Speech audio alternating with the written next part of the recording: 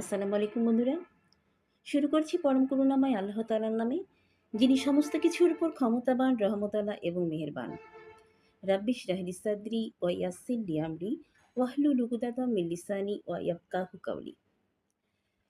বন্ধুরা, আজকে আমি এমন একটি আমল নিয়ে এসেছি, যে আমলটি হচ্ছে যে সমস্ত বোনেরা আমার যে সমস্ত আমার বোনেরা চাচ্ছেন যে যারা এখনও অবিবাহিত এবং যারা চাচ্ছেন যে তাদের জীবনসঙ্গী ঠিক তাদের মনের মতো হবে, আ মানে একজন ভালো জীবনসঙ্গী পৃথিবীতে কেউ একজন ভালো জীবনসঙ্গী পেলে দুনিয়াটা তার জন্য জান্নাত হয়ে যাবে, এবং যদি জীবনসঙ্গী সে ভালো না পায়, তাহলে দুনিয়াতেই তার কাছে জাহান্নাম মনে হবে দুনিয়াটাকে।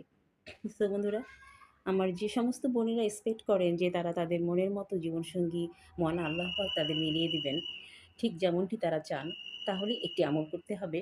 এবং সেই আমলটি হচ্ছে, অবশ্যই আপনাদের ৫ ওয়াক্ত নামাজ পড়তে হবে।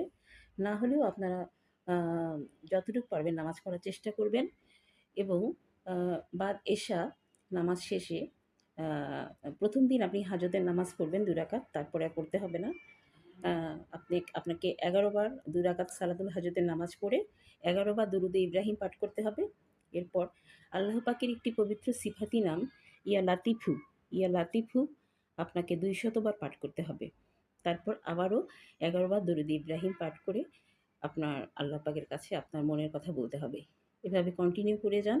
যতদিন আপনার বিবাহ না হচ্ছে, ইনশাআল্লাহ দেখবেন অতি দ্রুত মহান আল্লাহ পাক আপনাকে এমন একজন জীবনসঙ্গী মিলিয়ে দিয়েছেন, যিনি সত্যিই আপনার মনের মতো, যিনি একজন আদর্শ মানুষ।